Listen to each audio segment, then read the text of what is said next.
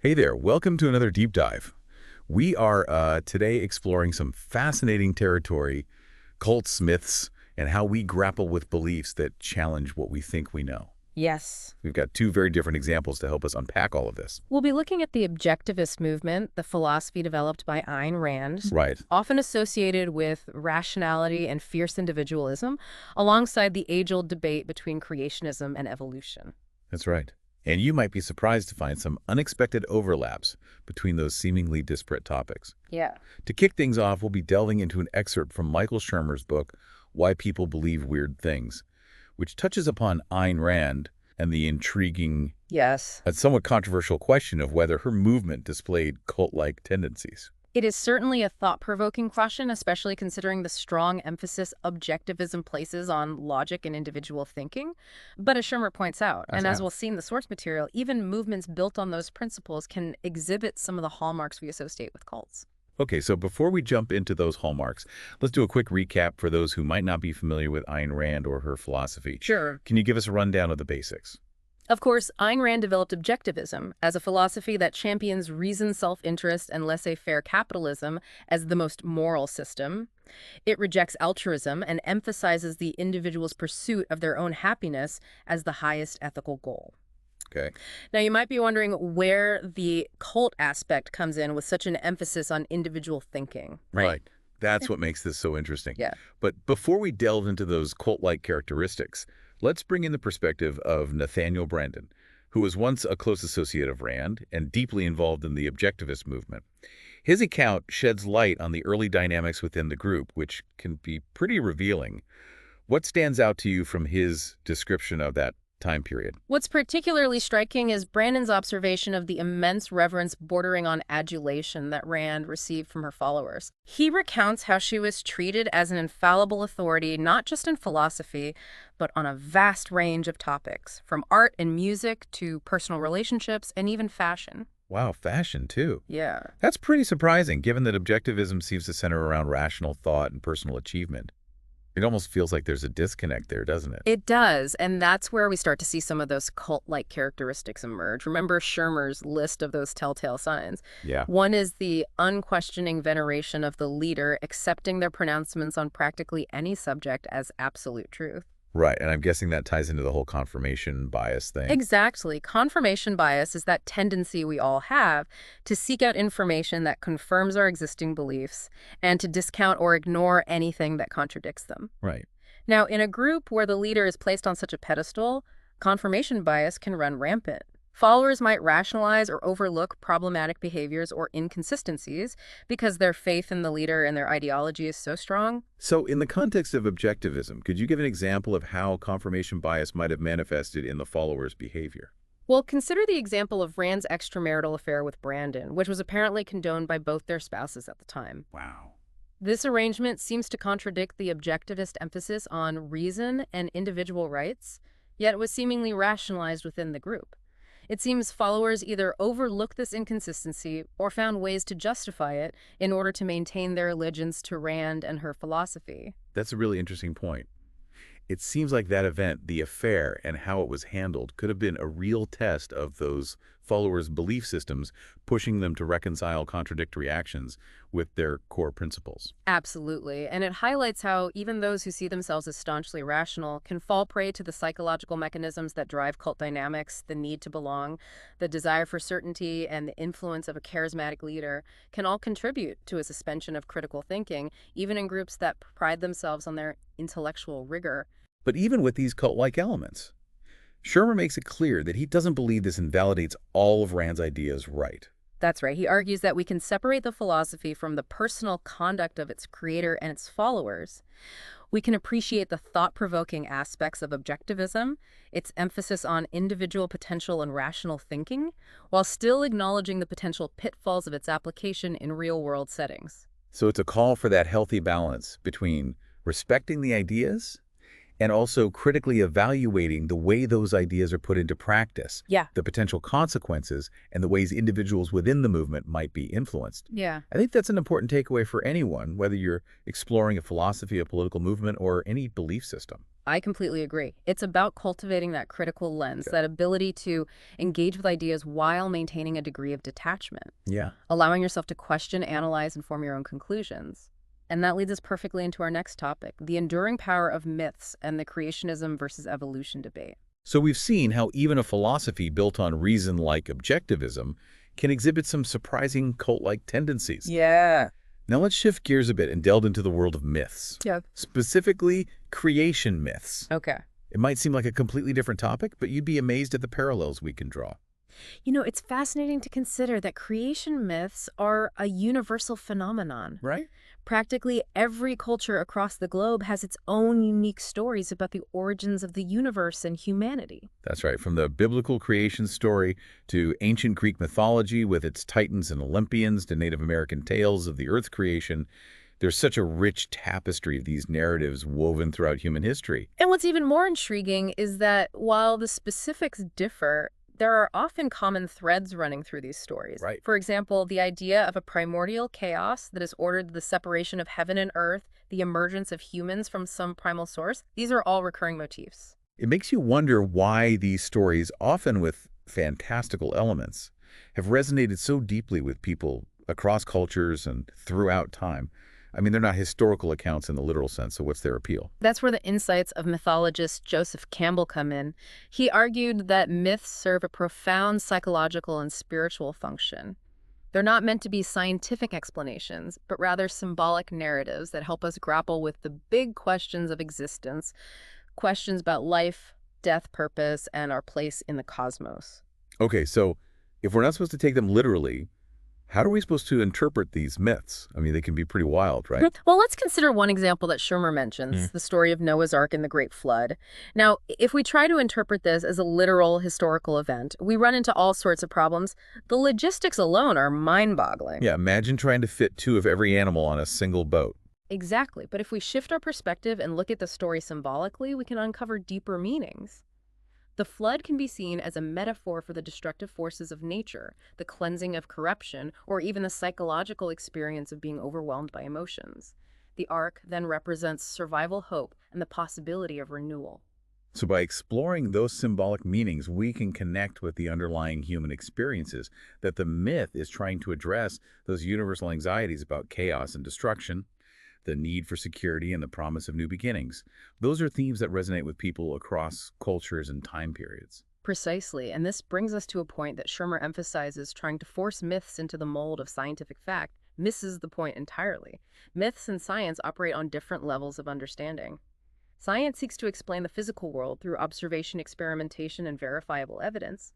Myths, on the other hand, address deeper existential questions and tap into our emotional and spiritual needs. So attempting to prove or disprove a myth scientifically is a bit like trying to measure the weight of a dream. It's just not the right tool for the job. Exactly, and this distinction becomes crucial when we delve into the heated debate between creationism and evolution, because that's where we see attempts to turn myths into science, and conversely, to dismiss scientific findings as mere stories. Right, and it's a debate that has been raging for decades, with both sides firmly entrenched in their positions. Right.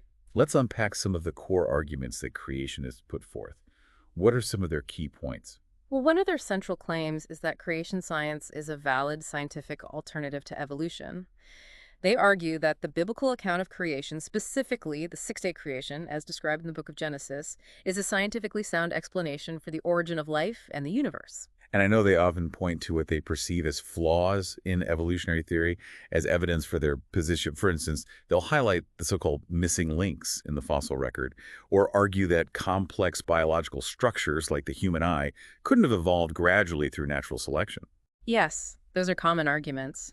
They also often claim that there's a need for balanced treatment in education, arguing that teaching evolution without presenting creationism alongside it is biased. And some even go as far as to say that any evidence that seems to contradict evolution automatically supports creationism, which is a bit of a logical fallacy, wouldn't you say? It is indeed. The absence of evidence for one thing doesn't automatically prove the truth of something else. But to understand the creationist perspective, it's important to look at the strategies they've employed over the years to promote their views. So let's delve into that a bit. How have those tactics evolved over time? Well, in the early 20th century, we saw efforts to outright ban the teaching of evolution in public schools, as exemplified by the famous Scopes monkey trial in 1925.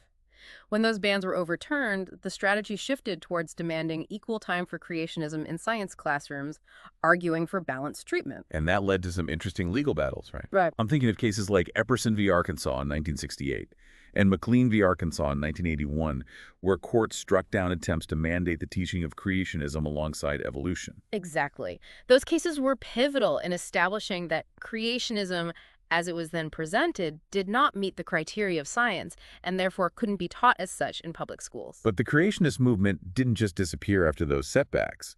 They adapted their approach, trying to repackage their ideas in a way that might seem more scientifically palatable. Yes, and that's where creation science emerged as a new tactic. They attempted to present their beliefs still based on a literal interpretation of Genesis, using scientific-sounding language and arguments. But that too faced legal challenges, right? I'm thinking specifically of the Edwards v. Aguilar case in 1987. What was the significance of that case? That case was crucial because it led to a more definitive legal definition of what constitutes science.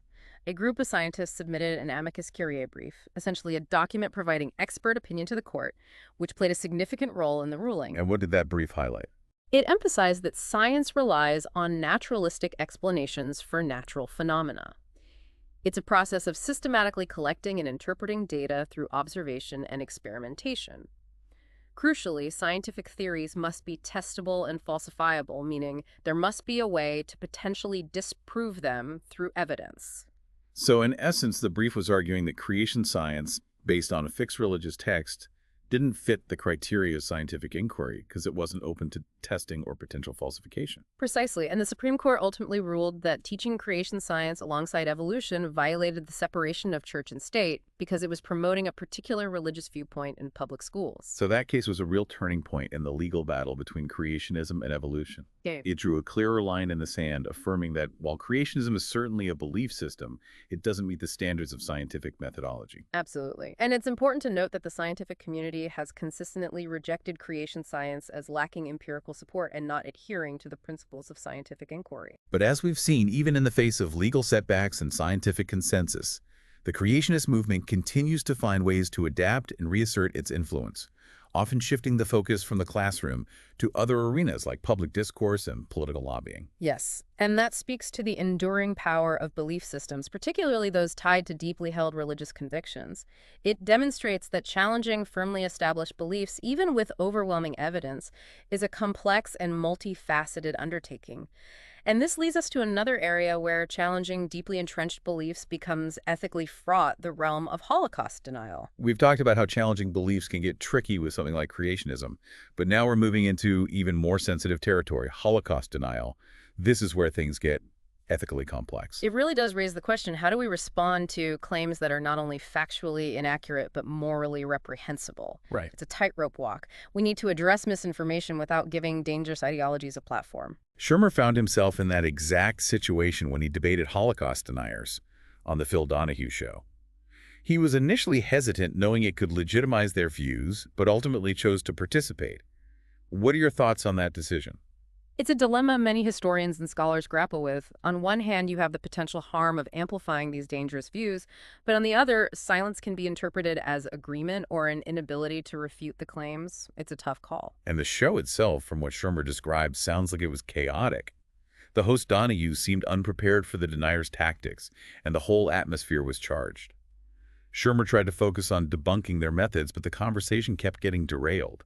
That's a common strategy employed by deniers of any stripe.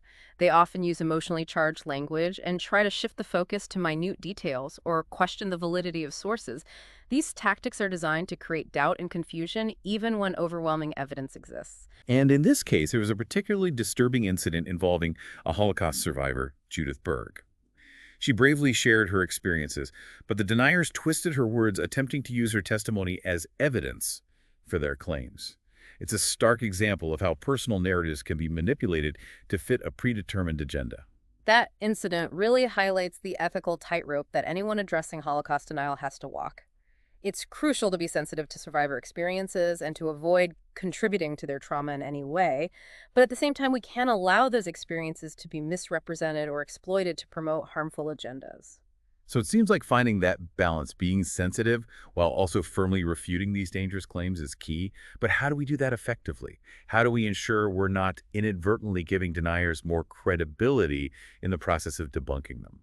One approach is to focus on the methods and tactics used by deniers rather than getting bogged down in debating specific details. For instance, you can point out the logical fallacies they employ, the way they cherry pick evidence or misrepresent historical sources. So it's about exposing the flawed foundation of their arguments, rather than giving the impression that there's a legitimate debate to be had about the historical reality of the Holocaust. Exactly. It's about shifting the focus from the content of their claims to the methods they use to construct those claims.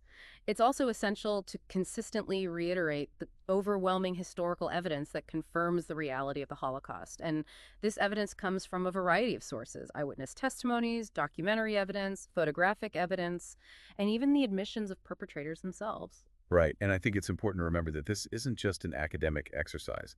Holocaust denial has real-world consequences. It's often a gateway to other forms of extremism, including anti-Semitism and white supremacy. Absolutely. That's why it's crucial to actively counter these narratives, not just in academic settings, but in the public sphere as well. And that requires a multi-pronged approach: education, open dialogue, and a willingness to challenge these harmful ideologies wherever they emerge. So as we wrap up this deep dive, I think we're left with a lot to ponder.